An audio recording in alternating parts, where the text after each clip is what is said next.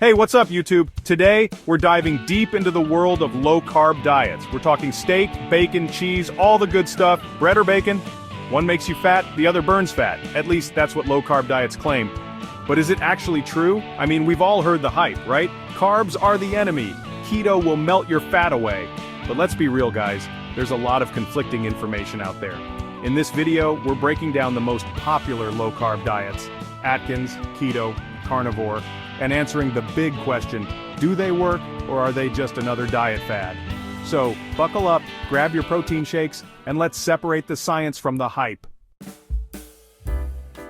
Alright folks, let's kick things off with the granddaddy of them all, the Atkins diet. This bad boy hit the scene back in the 1970s and, let me tell you, it shook things up.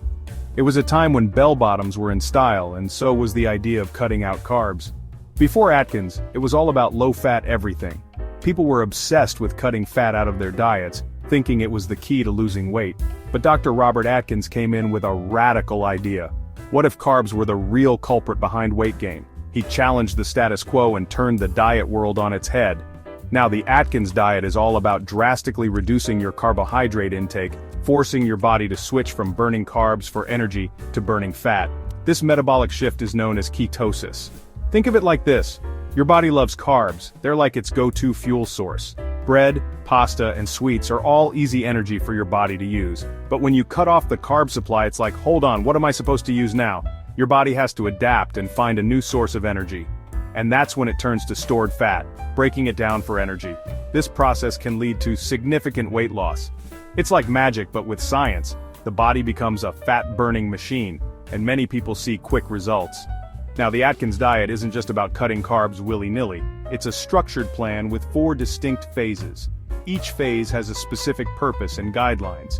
You start with the induction phase, the most restrictive phase, where you're only allowed a measly 20 grams of carbs per day. This phase jumpstarts the weight loss process. I'm talking seriously limited carb intake here, folks. It's a tough adjustment for many, but it's crucial for kickstarting ketosis.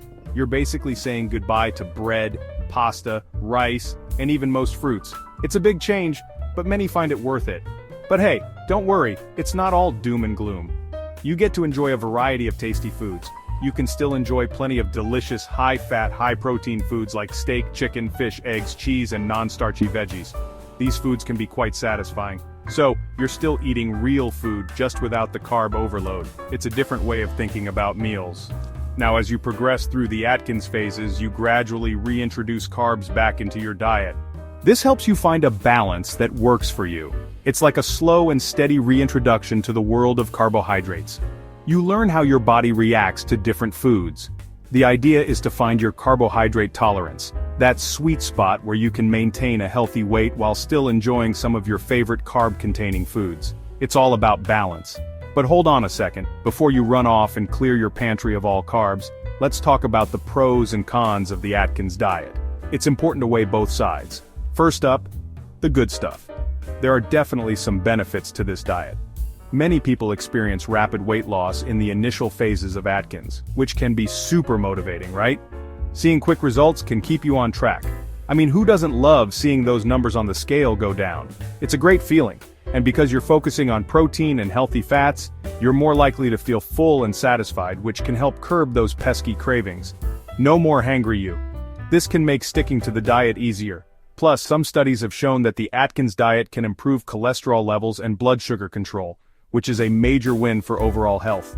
These health benefits are significant. But, and there's always a but, there are some potential downsides to consider. It's not all sunshine and rainbows.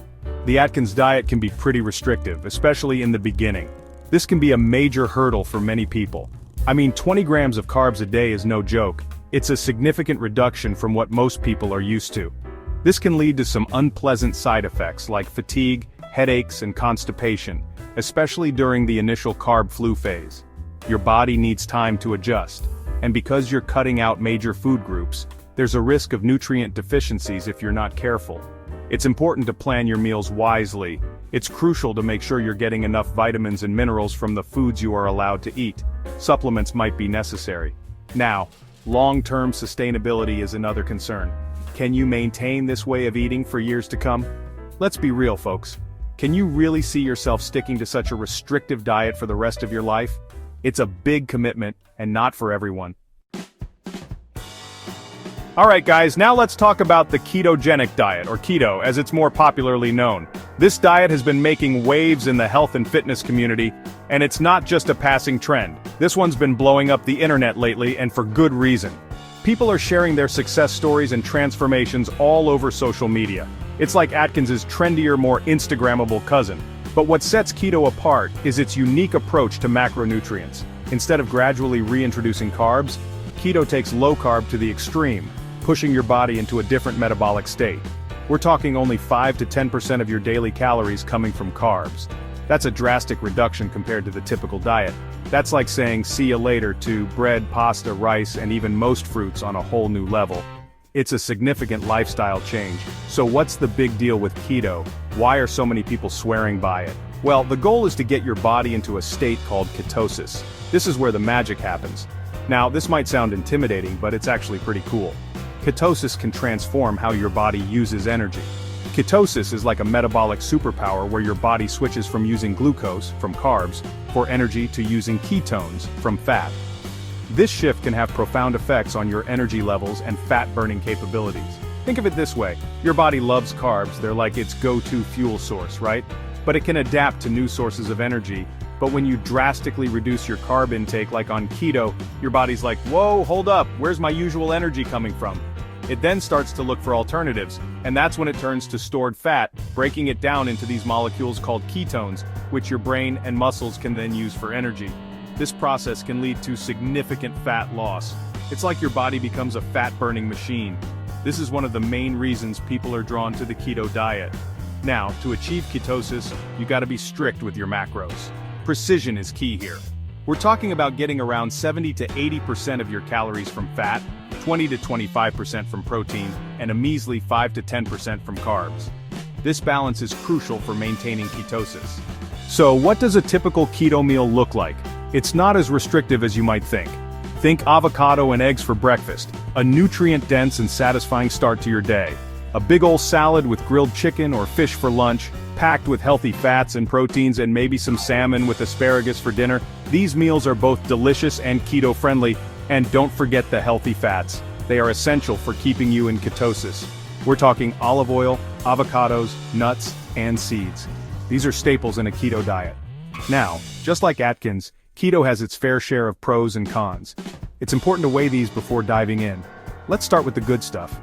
Keto can lead to significant weight loss, especially in the short term. This can be very motivating. And because you're keeping your carb intake super low, you're less likely to experience those dreaded blood sugar spikes and crashes. This can be especially beneficial for people with type 2 diabetes or those looking to improve their insulin sensitivity. But here's the catch. Keto can be tough to stick to, like really tough. The restrictions can be challenging. I mean, saying goodbye to bread, pasta, and even most fruits is a big commitment. It's not easy to give up your favorite foods. And then there's the dreaded keto flu. This can make the initial phase quite uncomfortable. Remember those unpleasant side effects we talked about with Atkins? Yeah, they can happen with keto too, especially during the initial phase when your body is adapting to this new way of eating. Symptoms can include headaches, fatigue, and nausea. And because keto is so restrictive, there's a risk of nutrient deficiencies if you're not careful. You need to be mindful of your nutrient intake. It's crucial to make sure you're getting enough vitamins and minerals from the foods you are allowed to eat. Supplements might be necessary to fill in the gaps. And let's not forget about the potential social implications. Eating out or attending social gatherings can become tricky. Let's be real, it's not always easy to be the only one at the dinner table saying no to pizza and cake. Social situations can be challenging when you're on a strict diet like keto. Alright folks, we've talked about Atkins, we've explored keto, and now it's time to dive into the deep end of the low-carb pool, the carnivore diet.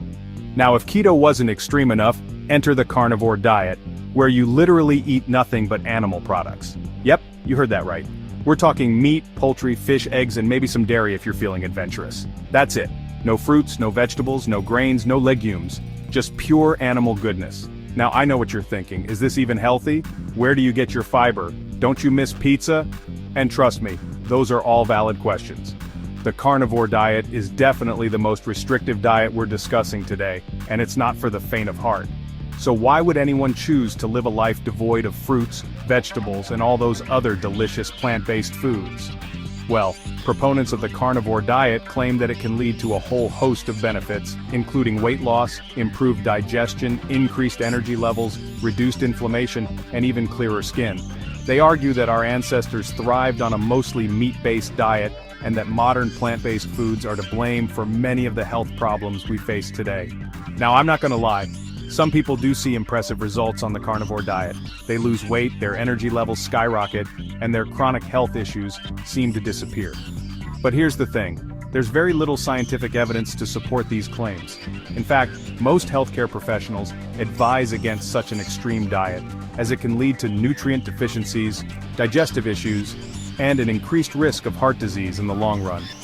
Let's be real, folks. Our bodies need a variety of nutrients to function properly, and cutting out entire food groups is rarely a good idea.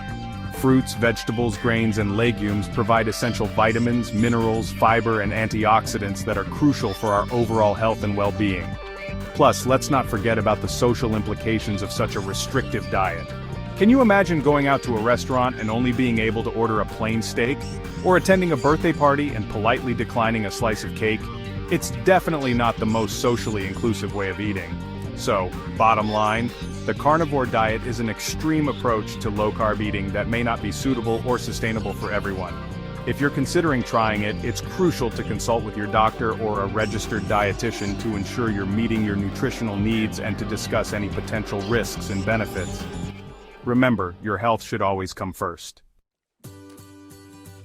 So, are low-carb diets a miracle, or just another diet trend? The truth is, they can work, but they're not magic. If you love bacon and steak, you might thrive on keto or carnivore. But if you can't imagine life without fruit or bread, a more balanced approach might be better. Now I want to hear from you. Have you tried a low-carb diet? Did it work for you, or was it a disaster? Drop your experience in the comments. And don't forget, hit like, subscribe, and stay tuned for the next video, where we break down plant-based diets. Can you really get all your nutrients from plants? See you next time.